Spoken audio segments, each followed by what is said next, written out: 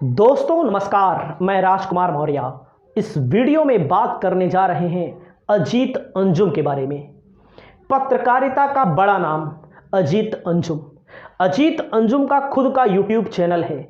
अजीत अंजुम अपने YouTube channel से कितनी कमाई करते हैं आपको लाइव डिटेल इस डिजिटल बोर्ड पे आपको बताने जा रहे हैं आगे।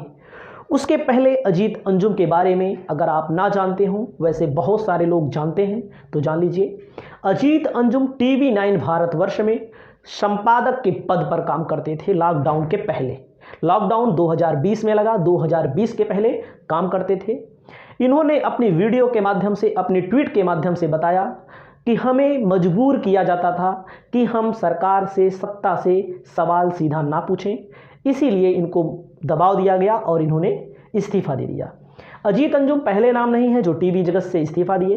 बड़े बड़े नाम जैसे पुण्य प्रसून वाजपेयी ने इस्तीफा दिया, अभिसार शर्मा ने इस्तीफा दिया, अजीत अंजुम भी उसी कड़ी में आ गए। उसी कड़ी में बाद में रवीश कुमार जी भी आ गए। रवीश कुमार के साथ और काम करने वाले NDTV में 2-4 लोग और आ गए।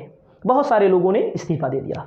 तो अजीत अंजुम का जो यूट्यूब चैनल है कितनी कमाई करता है उसको आपको लाइव आगे बता रहे हैं। उसके पहले एक छोटी सी क्लिप देखिए जिसमें अजीत अंजुम निरहुआ से 2019 लोकसभा चुनाव से पहले सवाल करते हैं। तो निरहुआ घमंड में कैसे बात करता है, खुद को खुदा से बहुत ऊपर, खुद को भगवान से बहुत ऊपर बताता है, भगवान के लिखे हुए लेख को मिटाने की गारंटी देता है। लेकिन वो बाद में हार गया था चुनाव। लेकिन बाद में फिर 2022 के बाद जब चुनाव हुआ विधानसभा का, जहां से अखिलेश यादव सांसद थे और अखिलेश यादव विधायक बन गए, तो उन्होंने इस्तीफा दे दिया। तो उपचुनाव में जीत गया। जीतने के पीछे कुछ कारण और भी हैं, तो उसकी बात हम नहीं करेंगे। लेकिन पहले इनका अंदाज हम आपको दिखाते हैं, उसके बाद आगे चलते। वीडियो मैंने ला दिया है, आप पूरी वीडियो को देखिए कैसे घमंड में चूर हैं। फिर से कि क्या बिसात पांव विधि के लिपि पे धर सकता है।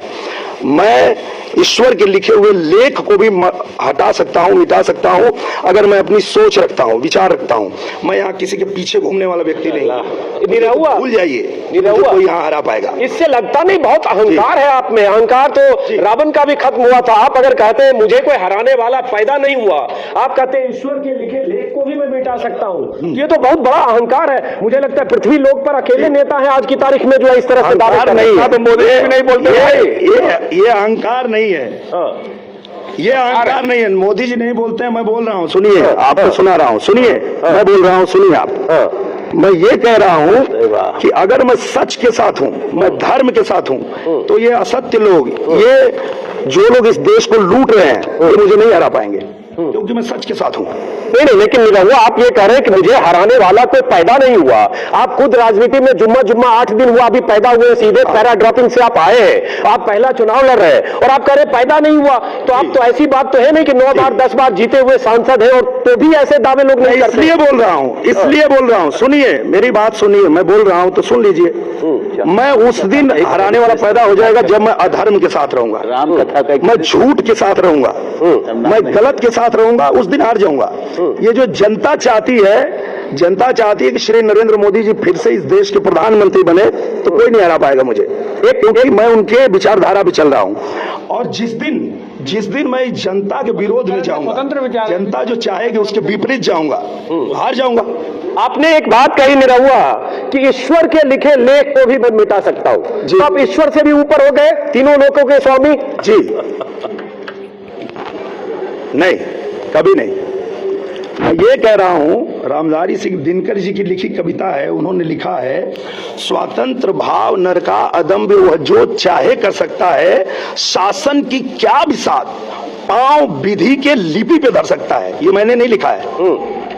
तो ये स्टूडियो से भी कुछ पूछना चाह रहे राहुल देव, आपने सुना, ये तो कह रहे ईश्वर का लिखा भी मिटा देंगे, कोई पैदा ही नहीं हुआ इनको हराने वाला, खुद ही पहली बार चुनाव लड़ रहे। मुझे राम कथा का एक बहुत बड़ा पात्र याद आ रहा था जो अपने अहंकार, अपने बल में इतना डूबा हुआ था कि वो भी अपने को ईश्वर से बड़ा, ईश्वर को जीतने वाला और अजेय मानता था।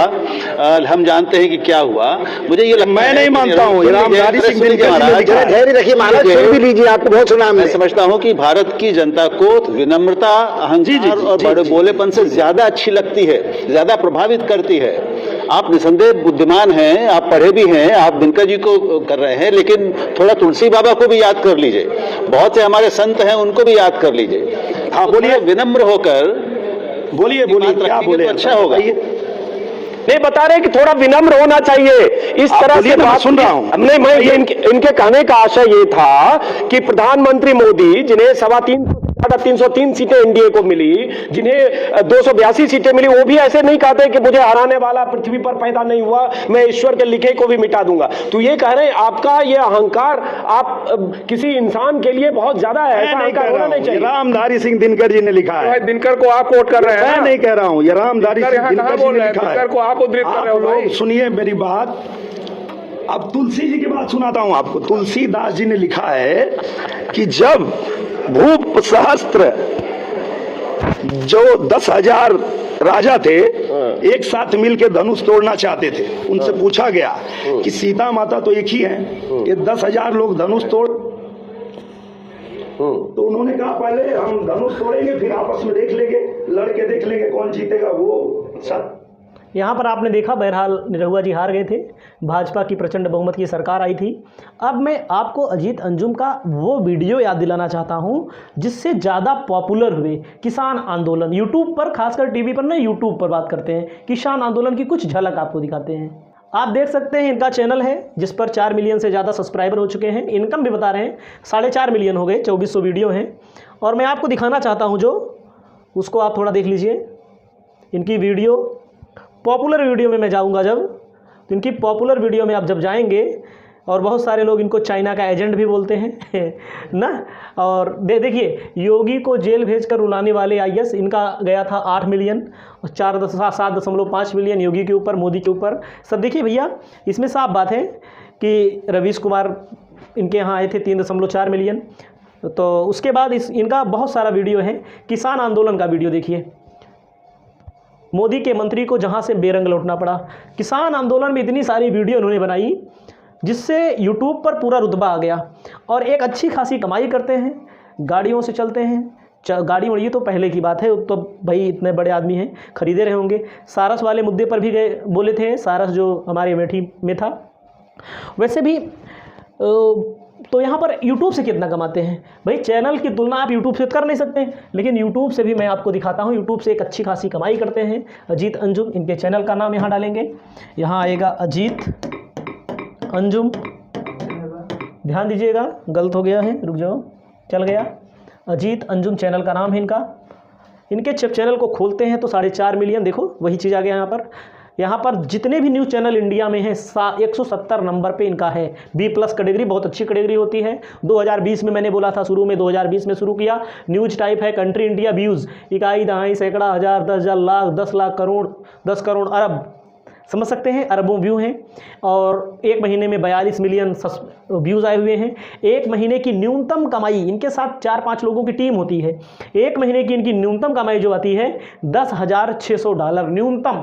आपको आगे ध्यान देना है, कितना? 10,600 का गुणा अगर करेंगे, 83 रुपये का $1 है, 8,79,800, मतलब कि एक तरह से मान लीजिए लगभग 9 लाख रुपया महीना यूट्यूब से कमाई होती है। अब आप समझिए, 9 लाख रुपया महीना मिनिमम कमाई होती है, मैं मिनिमम की बात कर रहा हूँ। और इसको अगर आप बढ़ाना चाहें तो बढ़ा भी सकते हैं। कैसे बढ़ा देंगे? क्योंकि एक तरह से मिनिमम है गिरी हालात में, और मैक्सिमम देखो, मैक्सिमम भी देख लो, 1,69,000 इंटू 83, 1,40,27,000, 1,40,27,000 रुपया। पैसा भी खर्चा करना पड़ता है, लेकिन मैं आपको यहाँ बता रहा हूँ साल भर में न्यूनतम कितना कमाएंगे? $1,27,000 गुणे 83, 1,54,00,000 रुपया लगभग कमाएंगे। 1,54,10,000 इतना कमाएंगे। एक जीरो ज़्यादा लिख दिया मैंने। और मैक्सिमम $2 मिलियन, 2 मिलियन का मतलब होता है $20 लाख गुणे 83, 16-17 करोड़ रुपया साल भर में और कमाएंगे। इकाई, दहाई, सैकड़ा, हज़ार, 10,000, लाख, 10 लाख, करोड़, 10 करोड़, हाँ 16 से 17 करोड़ रुपया साल भर में मैक्सिमम। आप मैक्सिमम पे मत जाइए, आप मिनिमम में जाइए। और एक दिन की कमाई मैं आपको दिखा देता हूँ। कमाई अपनी मेहनत से कमाते हैं। और बहुत सारे लोग कहते हैं ना, चाइना के एजेंट हैं, इनको वहाँ से पैसा आता है, ऐसा है वैसा है, दुनियादारी बताते हैं। बहरहाल ये सब सरकार का काम है, हमारा काम है लोगों को बताना। मैंने बता दिया इस वीडियो के माध्यम से। आपकी क्या राय है? आप कमेंट करके अपनी राय व्यक्त करें।